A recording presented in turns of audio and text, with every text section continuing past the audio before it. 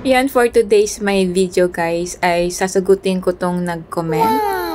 Sabi niya, Madam, pa-tutorial naman kung paano makapag-enroll.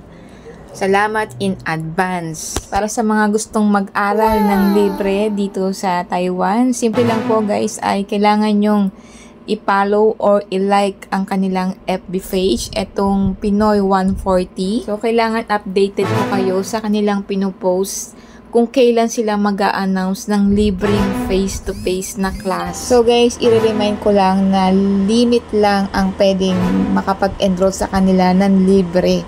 So, kailangan paunahan lang dyan sa link na yan. Dyan kayo magre-register. Tama po yung narinig nyo guys na yan po yung link. I-click nyo po yan at dyan po kayo magre-register. So, meron po silang 3 klaseng course na ino-offer. Una, yung Mandarin class. Pangalawa, yung Computer Digital Skills. And last, yung Financial Management. Yung pasok ng Mandarin guys ay 9:30 AM to 11:30. Yung Computer at Financial, 2:30 to 4:30 PM yung klase. So, ilang buwan ba ang pasok nito? So, guys, ang pasok lang nito guys ay hanggang 3 months lang. So, pag nag-start ka ng September, October, November, so 3 beses ka lang papasok dahil sa isang buwan ay 1 beses lang ang pasok nito. Take note guys, ay ito ay libre lang po. Wala po itong bayad kahit 5 duling, hindi po sila naniningil. Kaya kung kayo ay may time, may chance na mag-aral, nako, i-grab nyo po ito.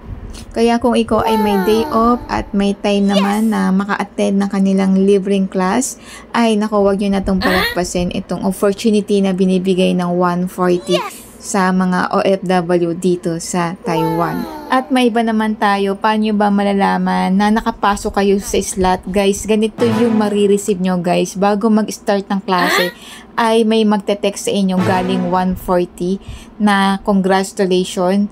Yan, ibig sabihin nun guys, ay confirm na nakapasok kayo sa slot. And so guys, kung meron kayong katanungan, ay comment na lang kayo dyan at sasagutin ko yung mga bawat tanong nyo. Yun lang, thank you for watching and see you in my next video. Bye guys!